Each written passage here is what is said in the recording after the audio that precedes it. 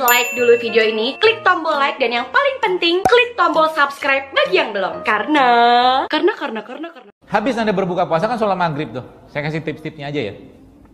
Terus habis itu ngapain? Anda makan buah. Habis sholat maghrib. Ya, buahnya diapain? Nah, saya kasih tipsnya supaya buahnya tuh bisa tertopping dengan banyak mineral. Caranya gimana? Ada potong-potong buah. Ya, potong-potong buah apa aja? Mangga, melon, segala macam gitu kan. Lalu Anda potong-potong blok gitu tuh, lalu Anda taburin madu situ. Kasih sedikit garam. Ya. Anda makan dalam satu piring atau mangkok. Ini namanya makan. Ya. Ini makan. Bukan ngemil, ini namanya makan. Berapa banyak? Jangan banyak-banyak juga. Ya, karena buah kalori lagi. Selesai? Selesai. Habis itu ngapain Anda? Ya, minumlah. Minum apa? Minum teh dari rempah. Apa pilihannya? Banyak. Ketumbar boleh, kayu manis boleh, serai boleh. Dengar aja tiga hal yang diingat aja. Ketumbar, serai, atau kayu manis. Minum itu. Ya. Diapain? Dikasih air panas, seduh, minum. Selesai? Selesai. Sudah selesai, makan. Sudah selesai. Tarawih kan? Tarawih. Mau 20 rakaat, 23 rakaat, atur aja lah. Habis tarawih pengen makan. Oh iya. Nah, ya, kita makan. Tapi tunggu dulu, apa dulu? Habis tarawih nanti bos sekalian Anda makan. Ya, Anda makan apa? Pertama Anda makan sayur. Sayur yang dikukus. Dibikin sayur bening juga nggak apa-apa. Kenapa? Karena sayur ya bisa menggantikan sel-sel yang rusak dalam badan kita. Sayur. Dan sayur itu dia kalorinya hampir-hampir kosong. Apalagi rempah. Rempah itu sebagian besar kalorinya kosong. Nggak ada kalori. Tapi dia ada mineral ya. Kerupuk. Satu bungkus itu. Ukuran segini lah gitu kan. Itu bisa sekitar 200-300 kalori loh. Tapi kosong nutrisi. Gak ada nutrisi dia. Ya, jadi kalau Anda makan pecel tapi jangan pakai kerupuknya.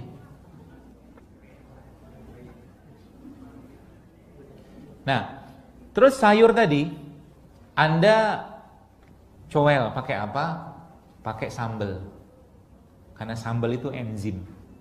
Ya, dan dalam sayur tadi saran saya Anda masukin di situ paprika. Karena paprika itu punya 4 kali lipat kadar vitamin C lebih tinggi daripada jeruk. Paprika.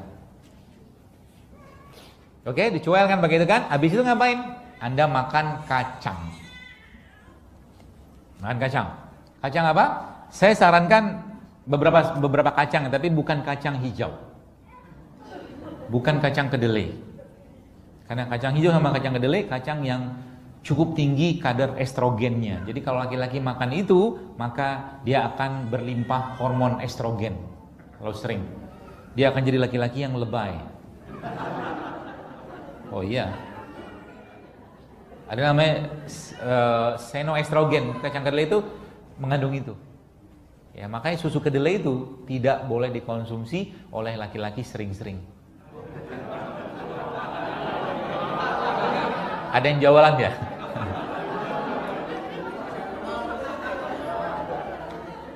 Sekali-sekali boleh, tapi tidak tiap hari dimakan.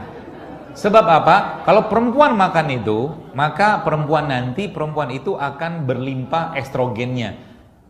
Penyakit ini bukan penyakit, kondisi disebut dengan estrogen dominan. Laki-laki yang makan itu, maka dia akan lack of testosterone. Lack of testosterone meaning lack of leadership. Jadi laki-laki yang gitu.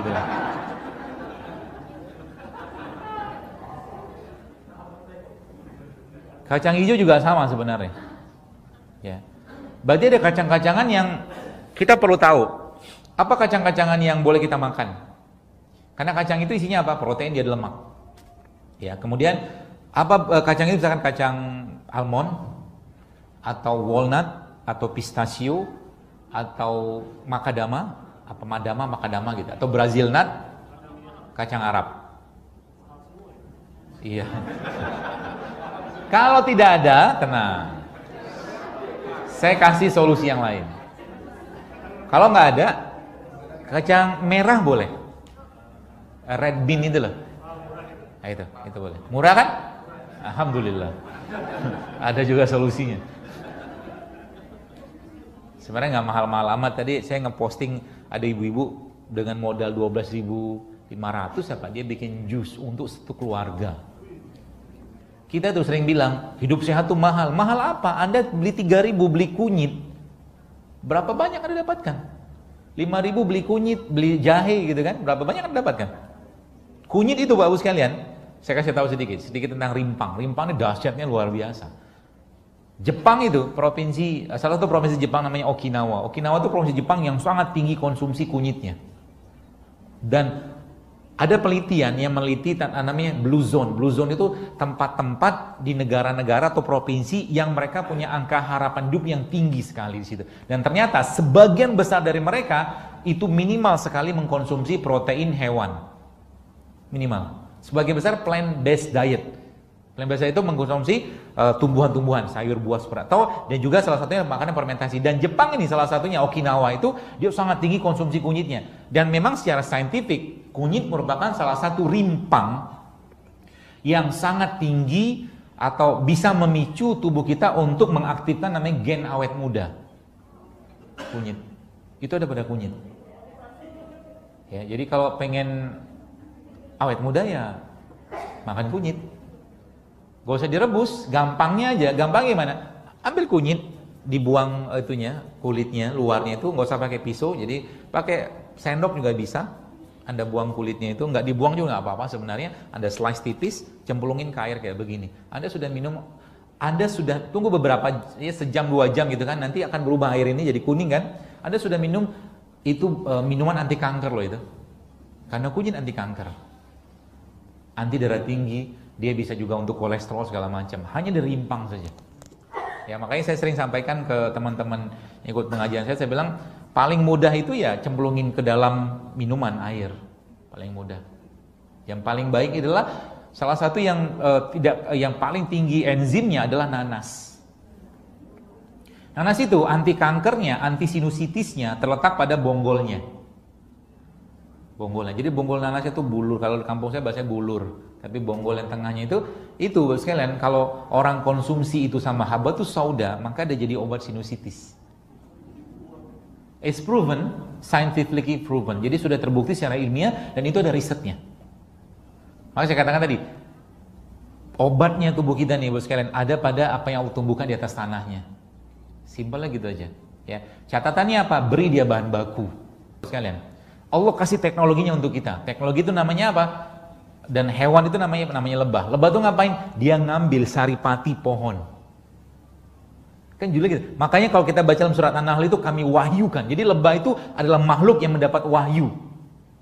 Ya, dia ambil seluruh saripati pohon tadi, tadi dikumpulkan dalam satu tempat, sarang dia diaduk-aduk sama dia, dikipas-kipas sama dia, dipanasin sama dia, jadilah satu produk yang disitulah saripatinya tanah, namanya madu.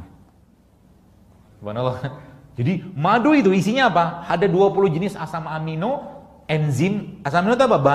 Bahan baku enzim yang ada pada madu. Ya. Dan sampai Nabi katakan syifa fi salasatin syarbatil asal. Syifa itu kesembuhan itu ada 3. Salah satunya apa? Minum madu. Kenapa? Karena di situ ada enzim, karena di situ ada asam amino. Ya, dan semua produk lebah bermanfaat bagi manusia.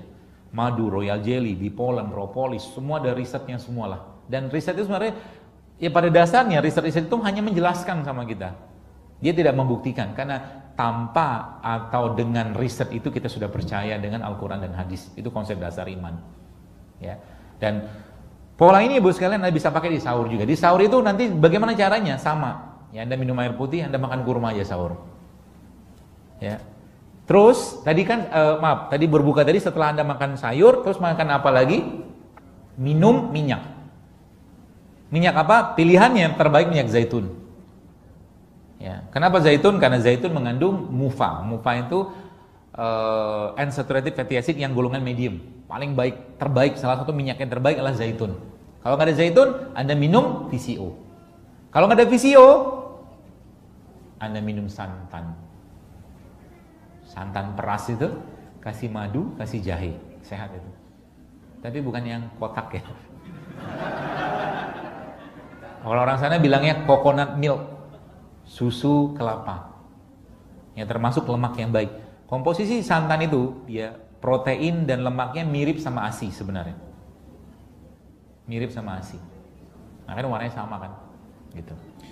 Sahur nanti juga sama. Sahur nanti Anda makan apa? Makan enzim. Dari mana? Dari kurma. Habis itu makan apa? Makan buah. Habis itu makan apa? Minum air putih. Kalau Anda perlu minyak, minum minyak 1 sendok. Makan.